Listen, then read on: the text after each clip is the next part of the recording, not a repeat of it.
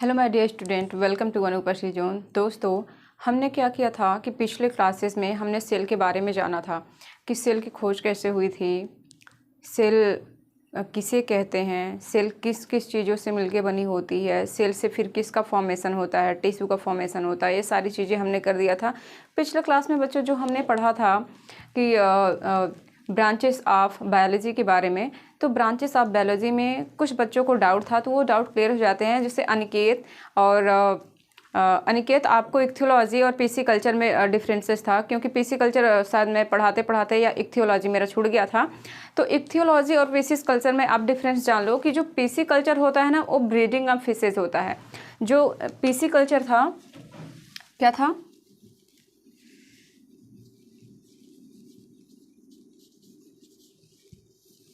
PC culture. Aniket ध्यान देंगे, और जिन भी स्टूडेंट को यदि कोई भी डाउट्स है तो आप कमेंट सेक्शन में हमें कमेंट करिए और सारी डाउट्स आपके क्लियर हो जाएंगे, ठीक है। तो आपने पूछा था कि मैम पीसी कल्चर क्या होती है ना, तो ये पीसी कल्चर जो है ये क्या होता है? ब्रीडिंग ऑफ फिशेज है, ठीक है। यानी कि ग्रो कैसे करता है फिशेज, जो आर्टिफिशियल फिशेज हैं उनकी ब्रीडिंग कैसे होती है, इसमें हम उसका अध्ययन करते हैं, ठीक है। तो क्या था ये? Breeding of fishes. इसकी रियरिंग कैसे करते हैं, कैसे ये ग्रोथ करता है, ग्रोविंग लिख लेंगे ना, growing.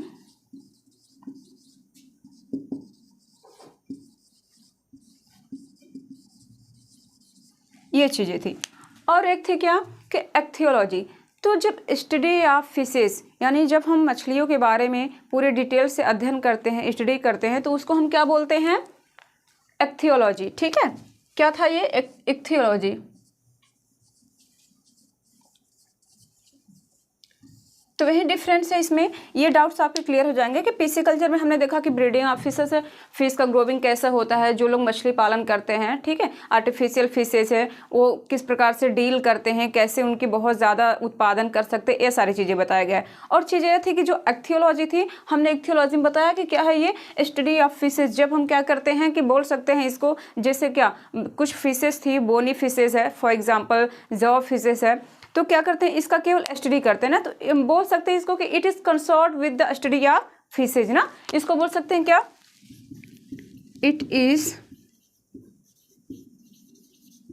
Concern with study of fishes. यानी हम मछलियों के बारे में पूरे अध्ययन से पूरे डिटेल जब हम जानते हैं तो उसको हम क्या बोलते हैं? एक्थियोलॉजी। तो ये डिफरेंसेस आपके क्लियर हो गए। एक पीयूष है, पीयूष आपको जो भी डाउट्स होगा वो आप कमेंट सेक्शन में हमें लिख करके मैसेज कर देंगे, ठीक है। हम सारे डाउट्स आपके क्लियर कर देंगे। जिनको भी कोई डाउट्स है आप हम कमेंट करिए, हम कमेंट देखते रहते हैं, ठीक है बच्चे। तो ये सारी चीज़ें थी, पीसी कल्चर और एक्थियोलॉजी। ये डिफरेंस आपको क्लियर हो गएंगे। अनिकेत, और कोई आपको कोई भी डाउट्स है तो आप हमें कमेंट करिए, ठीक है। तो चलिए, अच्छा हम बताते हैं आपको कि हमने पिछले वीडियोस में क्या देखा था, ठीक। पिछले क्लासेस में हमने क्या देखा था? सेल ना। तो हमने सेल के बारे में बात की कि सेल की खोज कौन किया था, टिश्यू क्या था, बहुत सारे सेल मिलकर के टिश्यू का फॉर्मेशन कर रहे थे। उसके बाद हमने ये देखा था कि ब्रांचेस ऑफ बायोलॉजी ना।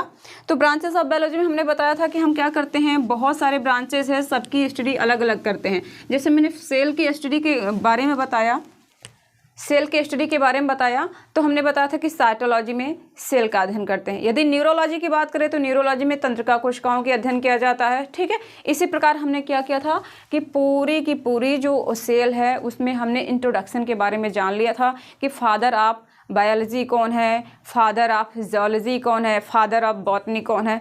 इन सभी के बारे में हमने बहुत अच्छी तरह से जान लिया है। तो अब आगे की क्लासेस जो होगी ये बस कंटिन्यू उसी के जस्ट आगे स्टार्ट होगी, क्योंकि आपकी जो सेल है वो अभी पूरी अच्छी तरह से कवरअप नहीं हुआ है। तो जो भी चीज़ें हैं अभी आपको हमने बताया था कि सेल में हम क्या करेंगे कि सेल में हम बहुत सारे टॉपिक को यूकैरियोट्स, प्रोकैरियोट, ये सारी चीज़ें देखेंगे, है ना। तो जब हम यूकैरियोट और प्रोकैरियोटिक की बात करते हैं तो हम क्या करेंगे कि इसमें हम एनिमल सेल, प्लांट सेल, ये सारे जो प्रोकैरियोटिक और यूकैरियोटिक है सभी को हम देखेंगे कि कहाँ से आता है। और जब हम यूकैरियोटिक पढ़ेंगे तो एनिमल सेल और प्लांट सेल, उसमें हम क्या जानेंगे? पहले टॉपिक जान लो, उसके बाद हम डिटेल में जानते हैं ना। जैसे हमने क्या किया कि हमने पहले जाना कि सेल, ठीक है। तो हम सेल की बात करते हैं तो हमने क्या बताया कि जीवन की सबसे छोटी इकाई ना, हमने क्या बात किया था कि जीवन की सबसे छोटी इकाई क्या कहलाती है? कोशिका ना। तो इसको हम ये कह सकते थे कि ये क्या है? जीवन की सबसे छोटी संरचनात्मक एवं क्रियात्मक इकाई क्या है? कोशिका कहलाती है। तो ये जब हमने कोशिका की बात की तो हमने क्या कि बहुत सारी छोटी छोटी कोशिकाएं, हमने ये बताया था प्रीवियस वीडियो में कि जैसे एक सेल की बात करें, ये एक सेल हो गई, ठीक। तो बहुत सारे सेल्स जब आपस में मिल रहे थे तो ये क्या बना रहे थे? टिश्यू बना रहे थे। बहुत सारे सेल्स मिलकर क्या बना रहे थे? टिश्यू बना रहे थे। टिश्यू मीन्स क्या होता है? ऊतक होता है। जब ये बहुत सारे सेल्स मिलकर टिश्यू का निर्माण कर रहे थे तो ये बहुत सारे टिश्यू मिलकर क्या बना रहे थे बेटा? ऑर्गेन। क्या बन रहे थे स्टूडेंट? ऑर्गेन्स बना रहे थे। जैसे मैंने क्या बताया, आपके हाथ बन गए, आपके पैर बन गए, मुंह बन गया, नाक बन गया, ये सारे क्या हैं? ऑर्गन्स। जब ये ऑर्गन्स का धीरे धीरे निर्माण हुआ, उसके बाद क्या हुआ? ऑर्गन्स जब बन गए तो ऑर्गन से क्या बनता है? बॉडी का फॉर्मेशन होने लगा।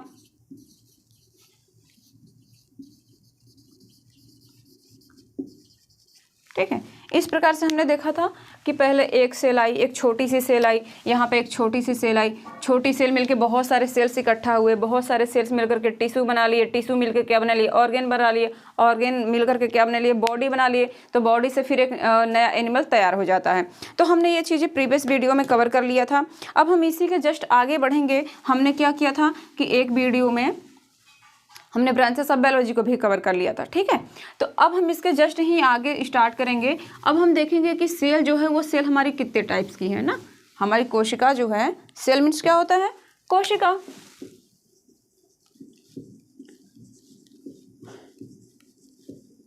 कोशिका, जब हम कोशिका की बात करते हैं तो कोशिका हमारी पहले तो हम जान लेंगे कि मुख्य रूप से क्या होती है?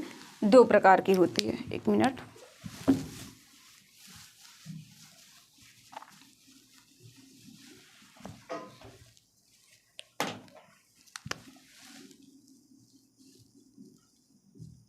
देखिए कोशिका हमारी कितने होती है? 2 प्रकार की होती है। पहले हम जानेंगे, ठीक, कौन कौन सी होती है। एक तो होती है प्रोकैरियोटिक। कौन सी होती है? प्रोकैरियोटिक। दूसरी क्या होती है? यूकैरियोटिक ना। इसको लिख लेंगे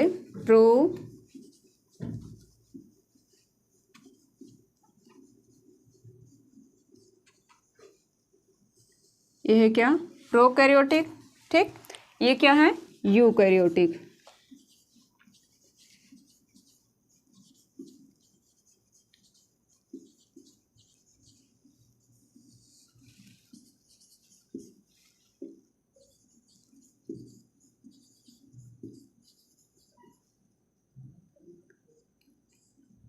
यूकैरियोटिक कोशिका और प्रोकैरियोटिक कोशिका।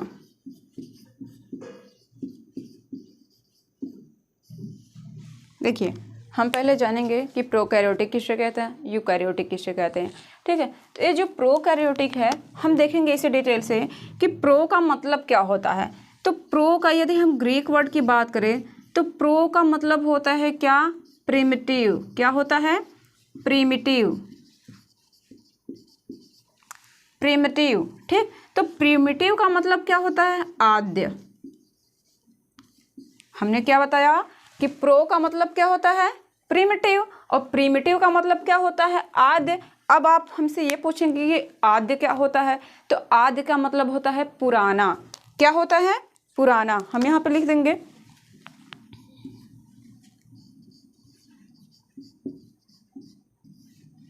ठीक। अब देखिए किसी भी पहले क्या हुआ कि जब आपको बायोलॉजी पढ़ना है या फिर कोई वर्ड है, आप शब्दों को तोड़िए और उसका अर्थ निकालिए ताकि आपको डिटेल में और क्लियर पता हो जाए कि इसका मतलब क्या होता है। हमने क्या किया कि जो प्रोकैरियोटिक है इसको 2 भाग में डिवाइड कर लिया, ठीक है। जो 2 भाग में हमने डिवाइड किया वो क्या है? ग्रीक वर्ड है। तो प्रो का मतलब क्या हो गया? प्रिमिटिव। अब एक बचा हमारा क्या? कैरियन। कैरियन, तो कैरियन का मतलब होता है क्या? न्यूक्लियस। क्या होता है? न्यूक्लियस। कैरियन का मतलब क्या होता है? न्यूक्लियस। न्यूक्लियस मीन्स क्या होता है? केंद्रक। ठीक, अब इसके बारे में डिटेल जानेंगे। देखिए हमने क्या बताया कि जो हमारी प्रोकैरियोटिक सेल्स हैं, प्रोकैरियोटिक सेल्स, ठीक है, प्रोकैरियोटिक कोशिका,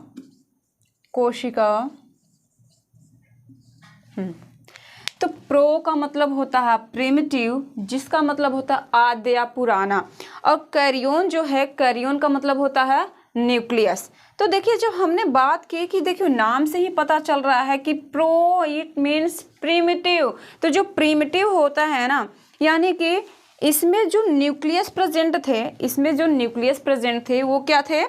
प्रीमिटिव टाइप के, बहुत ही ज़्यादा पुराने टाइप के थे। इसके जो केंद्रक थे वो क्या थे? बहुत ही ज़्यादा पुराना टाइप के थे।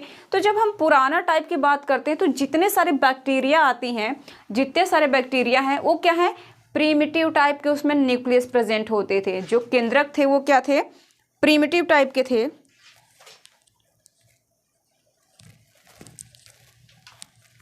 केंद्रक क्या थे? प्रीमिटिव टाइप के, बहुत पुराने टाइप के। यदि बात करें कि जैसे क्या हो गया कि ये मान लो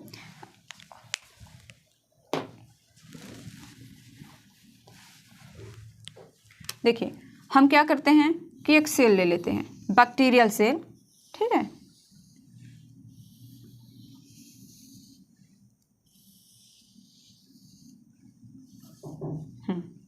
ये हो गया टेल, जिसे पूंछ बोलते हैं, ठीक है।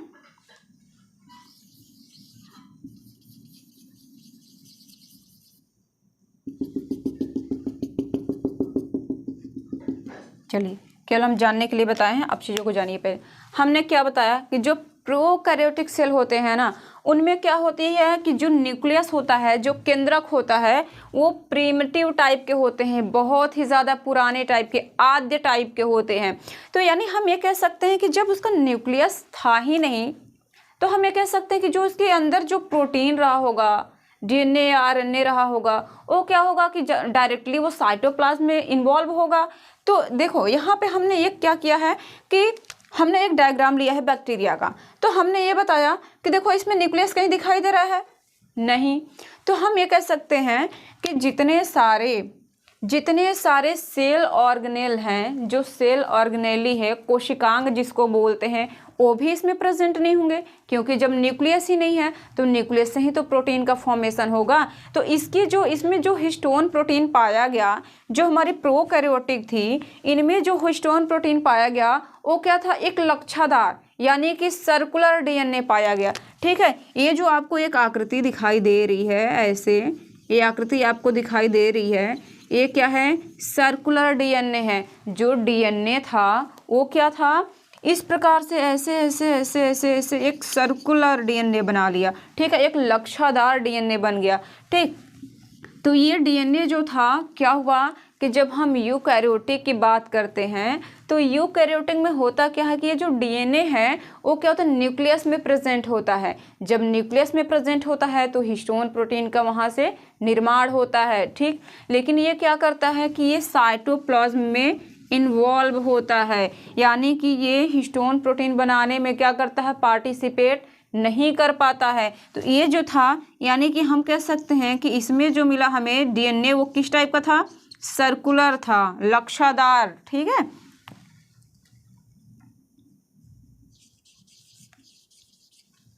क्या था? डीएनए हमारा सर्कुलर था, ठीक। वहाँ पे हमने ये आपको बता दिया। तो ये डाउट कीजिए कि पहले तो क्या होगा कि देखिए क्या प्रेजेंट होगा। हमने क्या बताया कि जो हिस्टोन प्रोटीन है, जो डीएनए है हमारी, यहाँ पे देख लेते हैं कि जो हमारी हिस्टोन प्रोटीन है क्या है, यह यहाँ पे डीएनए क्या है? सर्कुलर है। डीएनए हमें किस टाइप के मिला? सर्कुलर टाइप के मिले।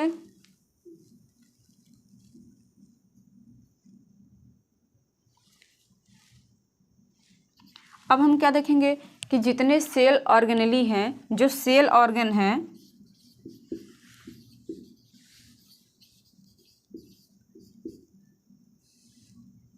जो सेल ऑर्गेनेल्स हैं ना, वो क्या होंगे? अब्सेंट होंगे, ठीक है।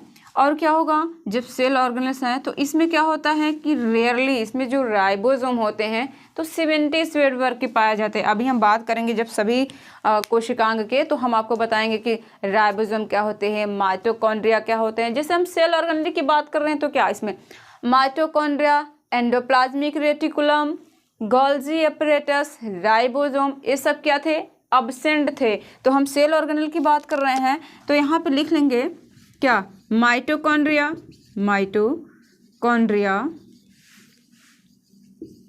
ठीक, Golgi body, endoplasmic reticulum, ribosome, ribosome को छोड़ के राइबोसोम 70 स्वेड वर्ग का पाया जाता है इसमें, ठीक है। ये क्या थे, वेल डेवलप नहीं थे, यानी हम कह सकते हैं कि जो प्रोकैरियोटिक सेल्स था वो क्या था, इनके जो न्यूक्लियस थे वेल डेवलप नहीं थे। तो इन केस हम देखते हैं कि बैक्टीरिया का जब हम एग्जांपल लेते हैं, बैक्टीरिया का एग्जांपल में मैंने इस प्रकार से बताया है, ये क्या हो गया, इसका सेल वाल हो गया, ठीक है। ये क्या है, इसका सेल वाल है, तो सेल वाल है। उसके बाद ये क्या है, इसमें ये पूरे ये साइटोप्लाज्म है, क्या है, साइटोप्लाज्म। देखिए साइटोप्लाज्म को क्या बोलते हैं, कोशिका द्रव्य, क्या बोलते हैं, कोशिका द्रव्य। सेल वाल को क्या बोलते हैं, कोशिका भित्ति, कोशिका भित्ति, ये सारी चीजें हैं। तो हमने क्या बताया, ये इसमें जो साइटोप्लाज्म है, जो इसका सर्कुलर डीएनए वो क्या करता है, साइटोप्लाज्म में इन्वॉल्व होता है, यानी घुलित रहता है। जो भी इसमें मटेरियल पाया जाता है वो क्या होता है, साइटोप्लाज्म में इन्वॉल्व होता है। लेकिन हमें एक वेल डेवलप, एक अच्छे सेल की जब ज़रूरत होती है तो हमें क्या होना चाहिए कि हमें न्यूक्लियस भी उसमें वेल डेवलप होना चाहिए, सेल ऑर्गेनेल्स भी सारे के सारे प्रेजेंट होना चाहिए, ठीक है। तो ये क्या थी, प्रोकैरियोटिक की। तो प्रोकैरियोटिक का मतलब भी होता है, प्रो मतलब प्रिमिटिव, न्यूक्लियस मतलब क्या, न्यूक्लियस इसमें जो हो गया ना वो क्या है, न्यूक्लियस मतलब होता है केंद्रक। तो हम कैरियन की बात करते हैं तो कैरियन का मतलब होता है न्यूक्लियस, यानी कि जो प्रोकैरियोटिक हैं, प्रोकैरियोटिक में न्यूक्लियस क्या थे, प्रिमिटिव टाइप के थे, ठीक है। हम प्रिमिटिव टाइप के जब कह दिए तो इसमें cell organelles, mitochondria, endoplasmic reticulum, Golgi body, ये सारे क्या थे, अब्सेंट थे। लाइसोसोम, ये सब क्या है, सेल ऑर्गेनेल्स, ये सभी के सभी अब्सेंट थे। तो प्रोकैरियोटिक आपको यहाँ तक की चीज़ें क्लियर।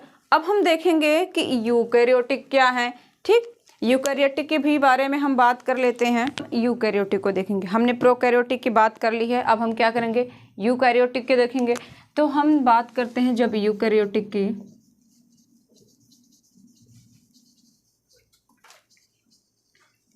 यूकैरियोटिक सेल,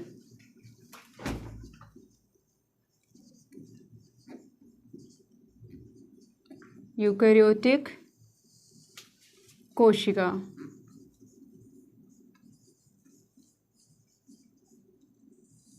ठीक।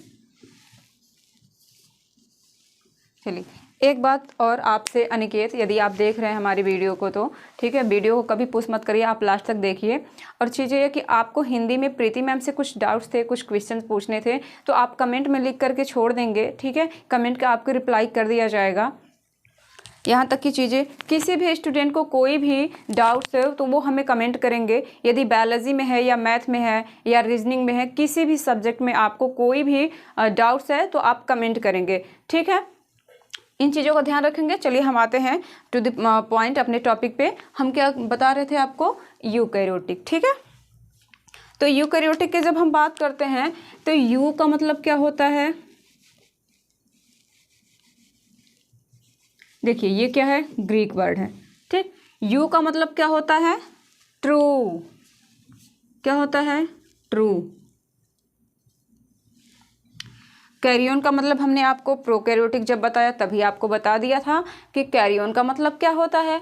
तो कैरियन का मतलब आप यहाँ पे देख लीजिए क्या होता है, कैरियन, कैरियन का मतलब क्या होता है, बोलिए, न्यूक्लियस, ठीक है। ट्रू मीन्स क्या होता है, सत्य, ठीक। यहाँ पे क्या हो गया, न्यूक्लियस मीन्स क्या हो गया, केंद्रक।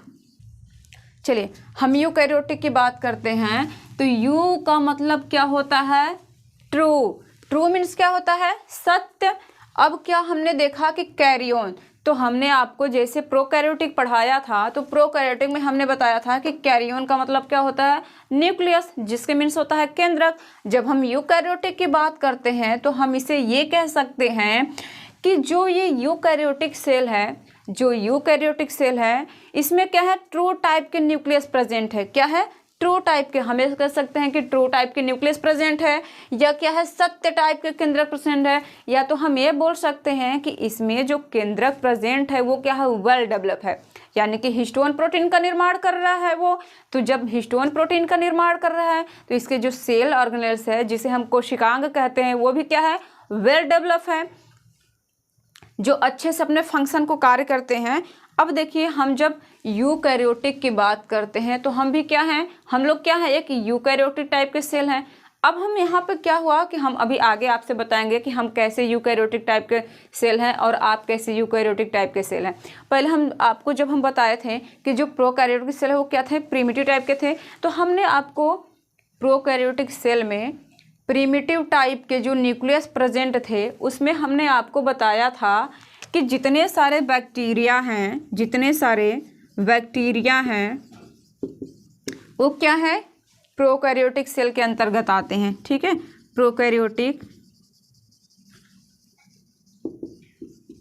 सेल के अंतर्गत आते हैं। ठीक है, तो हमने ये बताया कि एक बैक्टीरिया का यदि एग्जाम्पल देखें, आप देखिए चीज़ों को ध्यान से समझिए, बिल्कुल रटने की कोशिश मत कीजिए। अभी आप चीज़ों को बस केवल ध्यान से समझिए, क्योंकि आपको जो पीडीएफ फॉर्म में ये सारे नोट्स अवेलेबल करा दिए जाएंगे, जो कि डिस्क्रिप्शन में आपको मिल जाएंगे। तो आप बने रहिए हमारे साथ इस वीडियो में शुरू से लेकर अंत तक। ठीक है, आप बीच में यदि चीज़ों को स्किप करते हैं तो आपको ये चीज़ें समझ में नहीं आएंगी। तो पहले आप समझ लीजिए, उसके बाद लिखने का कार्य बाद में करिएगा। ठीक है, तो आइए अपने टॉपिक पे आते हैं। हमने बताया कि जो बैक्टीरिया है, तो बैक्टीरिया क्या है? प्रोकैरियोटिक टाइप के सेल हैं। हमने आपसे ये कहा कि जितने सारे बैक्टीरिया है वो क्या है? प्रोकैरियोटिक टाइप के सेल हैं। तो हमने जब एग्जाम्पल लिया था, हमने फॉर एग्जाम्पल लिया क्या? Cyanobacteria. इसे क्या बोलते हैं? Blue green algae. ठीक है, ये क्या है? एक बैक्टीरिया है। ब्लू ग्रीन एल्गी क्या है? बैक्टीरिया है। आप जब किसी भी चीज़ को पढ़ रहे हो तो एग्जाम्पल ज़रूर याद करिए, क्योंकि एग्जाम्स में क्वेश्चन यही पूछ लेगा कि साइनोबैक्टीरिया है तो क्या है? ये किस टाइप के सेल्स हैं साइनोबैक्टीरिया? तो आप क्या बताएंगे कि साइनोबैक्टीरिया जो है वो क्या है?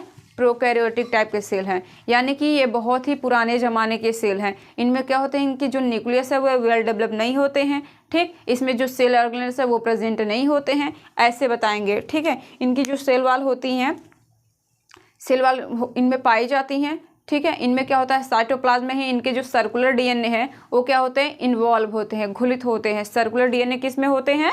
पूरे साइटोप्लाज्म में, जिसे हम कोशिका द्रव्य बोलते हैं। तो कोशिका द्रव्य में क्या थे? इन्वॉल्व थे। ठीक, तो ये चीज़ें हमने पहले ही बता दिया। अब पहले हम ये जानते हैं कि जब हम यूकैरियोटिक की बात करते हैं तो यूकैरियोटिक में हमने बताया कि यू का मतलब होता है क्या?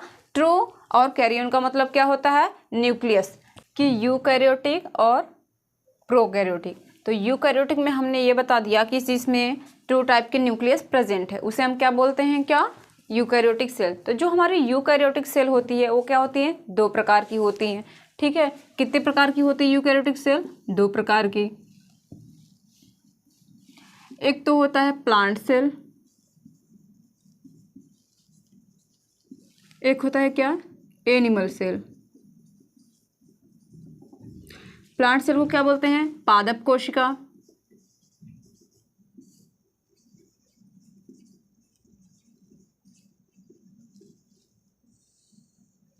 ठीक, जो एनिमल सेल है इसको क्या बोलते हैं? जंतु कोशिका।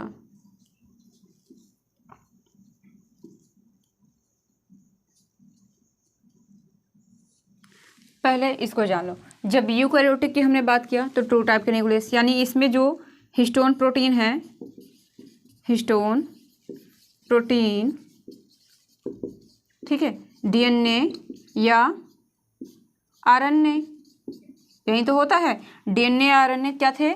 न्यूक्लियस में प्रेजेंट थे। ठीक है,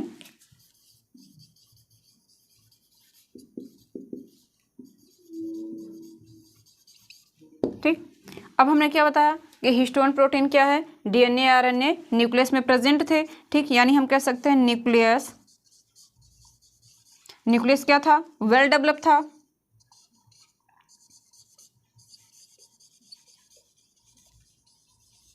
न्यूक्लियस हमारा वेल डेवलप था। अब क्या था कि जब हम सेल ऑर्गेनेल की बात करते हैं तो क्या थे सेल ऑर्गेनेल्स, इसमें यहाँ पे देख लेंगे।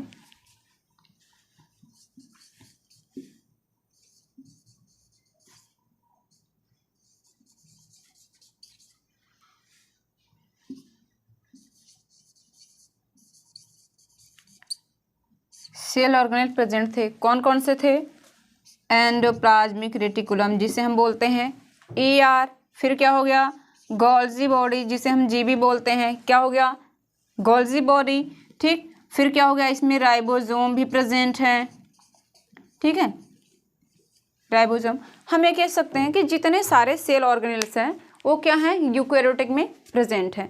तो हमने अभी जस्ट बताया कि हम लोग क्या है एक यूकैरियोटिक टाइप के सेल हैं। तो जब यूकैरियोटिक टाइप के सेल हैं तो हमने अभी जस्ट आपसे यहाँ पे बता दिया कि जो यूकैरियोटिक सेल है वो क्या है दो प्रकार के हैं ना। तो जो यूकैरियोटिक सेल है दो प्रकार के हैं, एक तो होता है प्लांट सेल, दूसरा क्या है एनिमल सेल। तो एनिमल सेल क्या है, एनिमल सेल आया ना, तो हम लोग क्या है एनिमल सेल से ही तो बने हैं। तो ये जो जंतु कोशिका है, ठीक है, इस क्या हुआ कि जो जंतु कोशिका और पादप कोशिका ये दोनों क्या हैं किस टाइप के हैं, प्रोकैरियोटिक टाइप के हैं, है कि नहीं, ठीक है, यहाँ तक की चीज़ें क्लियर। चलिए अब हम जानेंगे कि प्लांट सेल क्या होता है, एनिमल सेल क्या होता है, सेल ऑर्गेनेल क्या होते हैं, ठीक है, इनका फंक्शन कैसा होता है, इनकी खोज कैसे हुई थी, इसके बारे में जानेंगे।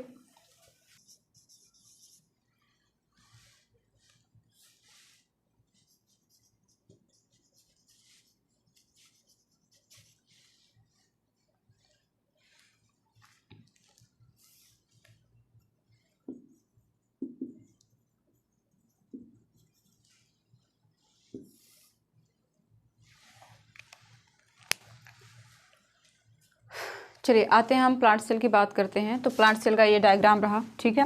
प्लांट सेल को हम अच्छी तरह से पहले समझ लेते हैं। हम क्या पढ़ रहे हैं, यूकैरियोटिक में पढ़ रहे हैं ना। तो हमने क्या बताया अभी जस्ट ये कुछ मैंने नामांकन कर दिया है। देखिए जो इस टाइप के स्ट्रक्चर आपको दिखा रही हैं, ठीक है, यानी कि हम यह कह सकते हैं कि प्लांट सेल के जो स्ट्रक्चर है वो क्या है, इस टाइप के हेक्सागोनल टाइप के स्ट्रक्चर दिखाई देते हैं।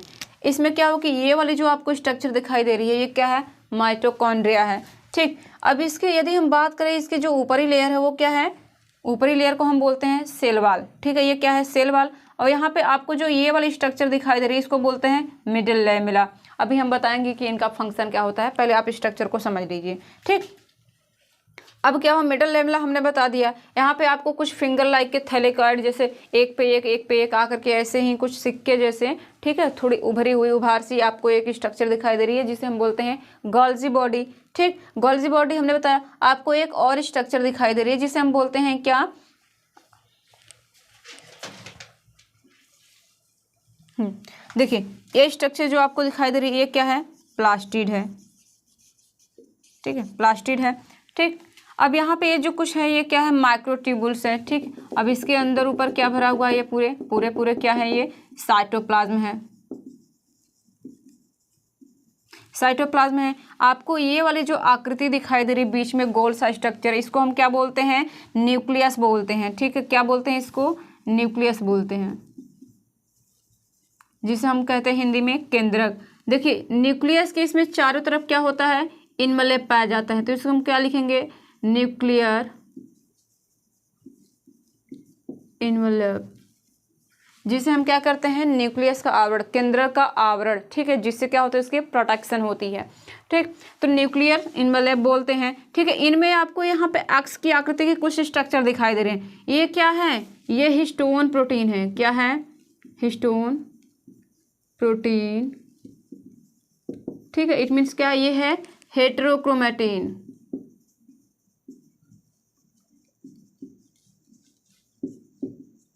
क्या है, ये हेटेरोक्रोमेटिन है, ठीक। अब देखिए यहाँ पे आपको एक और स्ट्रक्चर दिखाई दे रही है, इसको हम बोलते हैं क्या, एंडोप्लाज्मिक रेटिकुलम, क्या बोलते हैं,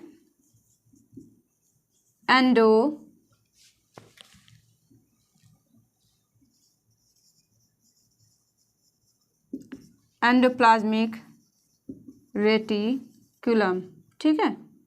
इसको बोलते हैं हिंदी में अंतःप्रद्रव्य जालिका, ठीक है। अभी एक एक ऑर्गेनेल के बारे में जानेंगे, ये सभी सेल के ऑर्गेनेल्स है, ठीक। देखिए न्यूक्लियस में भी क्या है, यहाँ पे छोटे छोटे आपको बिंदी जैसा दिखाई दे रही है, यानी कि इसके अंतर्गत भी एक चिपचिपा प्रोटीनस पदार्थ पाया जाता है, एक जेली लाइक स्ट्रक्चर, जैसे जेल वाली चॉकलेट आप खाते हो ना, जो पूरी खिंचाव से जैसा होता है, जेली वाली चॉकलेट खाते हो ना, तो उसमें उसी टाइप के इसमें स्ट्रक्चर दिखाई दे रहे होते हैं न्यूक्लियस के अंदर। तो इसको हम क्या बोलते हैं, न्यूक्लियस के अंदर यदि प्रेजेंट है तो उसको हम बोलते हैं क्या, न्यूक्लियोप्लाज्म, न्यूक्लियोप्लाज्म, केंद्रक द्रव्य, ठीक। अब देखो पूरे सेल की जब हम बात करते हैं तो पूरे सेल में भी क्या है, जेली लाइक स्ट्रक्चर दिखाई देता है, जिसमें क्या है, प्रोटीन्स मिले होते हैं, बहुत सारे प्रोटीन्स मिल करके ये सारे स्ट्रक्चर बनाते हैं, जेली लाइक चिपचिपा पदार्थ, ठीक। तो इसको हम क्या बोलते हैं, इसको हम बोलते हैं साइटोप्लाज्म, जिसे हम बोलते हैं क्या, कोशिका द्रव्य, ठीक। यहाँ तक की चीजें क्लियर। अब ये जो एंडोप्लाज्मिक रेटिकुलम के ऊपर आपको छोटे छोटे गोल सी आकृति बिंदी के जैसा दिखाई दे रहा है, ठीक है, जिसे हम बोलते हैं राइबोसोम। क्या बोलते हैं, राइबोसोम, ठीक है। यहाँ पे क्या है, राइबोसोम मैंने लिखा हुआ है ये। अब आपको ये जो आकृति दिखाई दे रही है ये, ठीक है, इसको हम बोलते हैं वैक्यूल्स। क्या बोलते हैं, वैक्यूल्स, जिसका नाम होता है हिंदी में रिक्तिका बोलते हैं उसको। तो जो रिक्तिका है इनके अंदर भी एक सेक भरा होता है, जो वैक्यूल्स हैं इनके अंदर फ्लूइड भरा होता है, उसको हम बोलते हैं वैक्यूल सेक। अब इसकी जो प्रोटेक्शन वाली ये लेयर, आपको एक लेयर मिलती है ये, ठीक है, यहाँ पे एक लेयर मिलती है जिसे हम क्या बोलते हैं, टोनोप्लास्ट। जो वैक्यूल है, जो रिक्तिका है, उसके ऊपरी लेयर को क्या बोलते हैं हम, टोनोप्लास्ट बोलते हैं। ये क्या है, टोनोप्लास्ट है। तो ये रहा डायग्राम प्लांट सेल का। अब हम जानेंगे सीधे एक एक ऑर्गेनेल के बारे में जानेंगे, ठीक है। देखिए सबसे पहले बात, इसको कोरिलेट करिए आप प्रोकैरियोटिक सेल से। तो प्रोकैरियोटिक सेल में क्या थे, केंद्रक अपसेंट थे, न्यूक्लियस अपसेंट थे। तो जब वो केंद्रक अपसेंट थे, हम ये कह सकते हैं कि जो हिस्टोन प्रोटीन थी वो क्या थी, साइटोप्लाज्म में इन्वॉल्व थी, यानी कि उसमें जो न्यूक्लियस ही नहीं है, तो न्यूक्लियर इन्वलेप कहाँ होगा, जो बोलते हैं न्यूक्लियस का आवरण, केंद्रक का आवरण, केंद्रक का आवरण, ठीक। इसको क्या बोलते हैं, केंद्रक का आवरण। जब न्यूक्लियस है नहीं तो केंद्रक का आवरण होगा, नहीं होगा, जाहिर सी बात है। जब केंद्रक का आवरण ही नहीं है तो जो उसमें हिस्टोन प्रोटीन, जो सर्कुलर लाइक, लच्छे लाइक जो आपको आकृति दिखाई थी जो डीएनए की, वो क्या थी, साइटोप्लाज्म में इन्वॉल्व थी। तो देखिए जब हम आपको कल की जो वीडियो थी हमने उसमें आपको पढ़ा था प्रोटोप्लाज्म। तो प्रोटोप्लाज्म में हमने बताया था आपको कि जो प्रोटोप्लाज्म होते हैं, प्रोटोप्लाज्म की यदि हम बात करते हैं, पहले चीज़ों को जान लो, क्योंकि ये चीज़ें आप जानेंगे तो ये डायग्राम समझने में आपको ज़्यादा आसानी होगी और सारे क्वेश्चन आपके यहीं से सॉल्व हो जाएंगे। बहुत ज़्यादा पढ़ने की ज़रूरत नहीं है, क्योंकि मैं बहुत ही ज़्यादा डीपली नहीं जाऊँगी।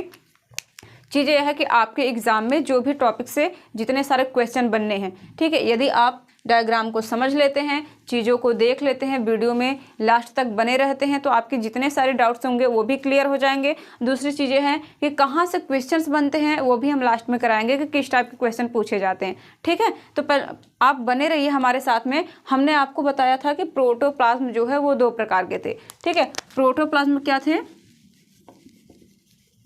प्रोटोप्लाज्म समझ रहे हैं, जिसे हम जीव द्रव्य बोलते हैं, ठीक, जीव द्रव्य। तो ये हमने बताया था कि ये 2 प्रकार के थे, ठीक है। एक थे तो क्या, न्यूक्लियोप्लाज्म, एक क्या था, साइटोप्लाज्म, ठीक। जब हम न्यूक्लियोप्लाज्म की बात करते हैं तो हमने बताया था क्या कि इसे बोलते हैं केंद्रक द्रव्य, केंद्रक द्रव्य, ठीक, केंद्रक द्रव्य।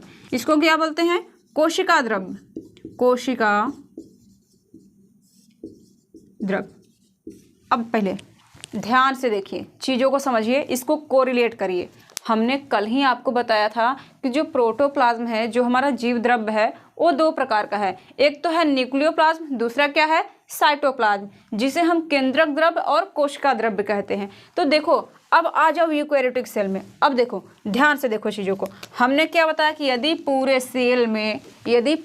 सेल में जो चिपचिपा प्रोटीनस पदार्थ पाया जाता है ठीक है, जो चिपचिपा जेली लाइक स्ट्रक्चर पाया जाता है उसको हम क्या बोलते हैं, साइटोप्लाज्म, यानी कि कोशिका द्रव्य। पूरे सेल की बात करें, ये पूरी सेल है, इसमें क्या है, पूरा चिपचिपा पदार्थ पाया गया, देखो ध्यान से, पूरा चिपचिपा पदार्थ पाया गया, तो ये क्या कहलाता है, साइटोप्लाज्म।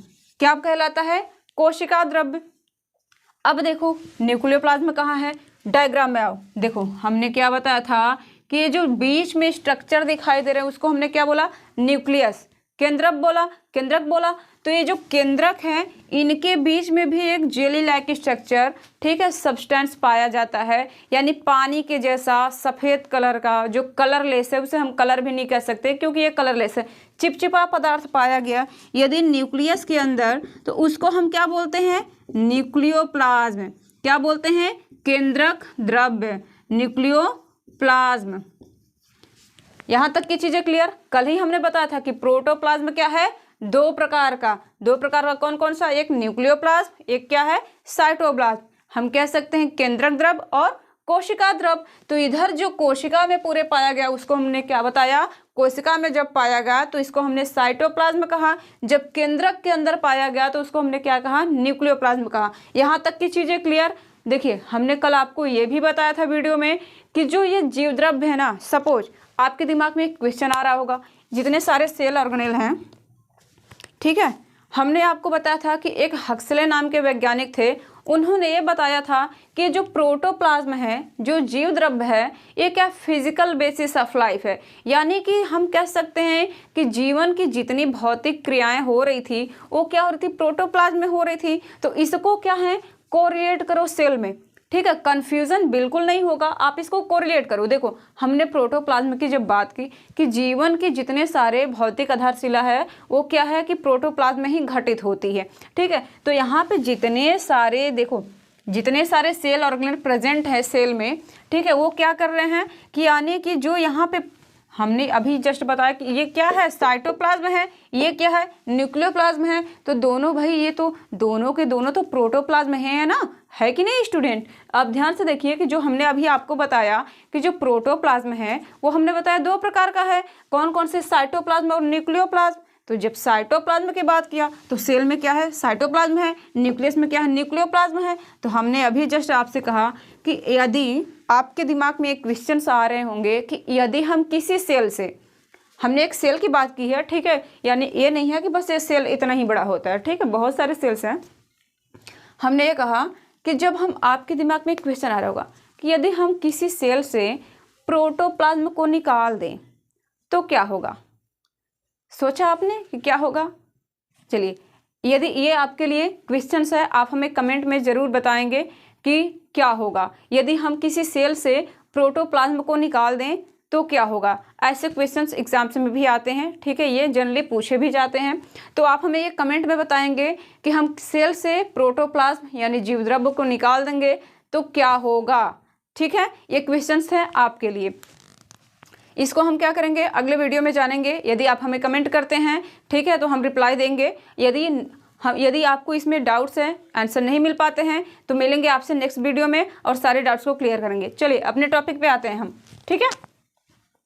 हमने ये बताया क्या था, ठीक है, इसमें क्या था, माइटोकॉन्ड्रिया। हम प्लांट सेल, किसकी बात कर रहे हैं, हम प्लांट सेल की बात करें तो प्लांट सेल की जब हम बात कर रहे हैं तो सबसे पहले क्या होना चाहिए, प्लांट सेल क्या है, सबसे पहले तो इसमें क्लोरोप्लास्ट होना चाहिए, ठीक है। क्या है, क्लोरोप्लास्ट होने, जो प्लास्टिड है, तो प्लास्टिड भी 3 प्रकार के होते हैं, ठीक है। अभी हम एक एक ऑर्गेन को पढ़ाएंगे, सेल ऑर्गेनेल जितने हैं, ठीक। तो प्लास्टिड जो है, प्लास्टिड, ये जो क्लोरोप्लास्ट है, क्लोरोप्लास्ट की वजह से ही तो पेड़ पौधे हरे दिखाई देते हैं। कैसे दिखाई देते हैं, क्लोरोप्लास्ट जो है उसमें क्या होता है, एक पिगमेंट पाया जाता है जिसका नाम होता है क्या, क्लोरोफिल, ठीक है। क्लोरो का मतलब क्या होता है, ग्रीन कलर, फिल का मतलब होता है रंग, ठीक है। तो ग्रीन कलर के जो रंग पाए जाते हैं, जो पिगमेंट पाए जाते हैं, जिसे हम रंगा पदार्थ बोलते हैं, उसी के वजह से क्या था, ये जो हमारी प्लांट की जो सेल है, जो पेड़ पौधे हैं, वो क्या होते हैं, हरे रंग के दिखाई देते हैं, ठीक है। ये अपने भोजन को क्या करते हैं, सूर्य के प्रकाश के प्रेजेंटेशन में फोटोसिंथेसिस की प्रक्रिया के द्वारा अपना भोजन स्वयं बना लेते हैं। चलिए, ये तो बात ऐसे हो गई, ठीक है, जनरली। अब देखो एक एक चीज़ को हम समझ लेते हैं। पहले यहाँ पे बस केवल समझिए, आपको लिखा हुआ चाहिए, पीडीएफ के फॉर्म में डिस्क्रिप्शन में मिल जाएगा। आप ज़्यादा परेशान नहीं हुई, पहले आप चीज़ों को समझ लीजिए, ठीक है, क्योंकि रटना बिल्कुल भी नहीं है आपको, बिल्कुल आप चाहते हैं कि चीज़ों को रट करके आप याद कर लेंगे तो वो नहीं होगा, पहले आप चीज़ों को समझिए, ठीक है। हमने क्या जस्ट बताया कि देखिए अब हम न्यूक्लियस से स्टार्ट करते हैं। जो ये न्यूक्लियस है ना,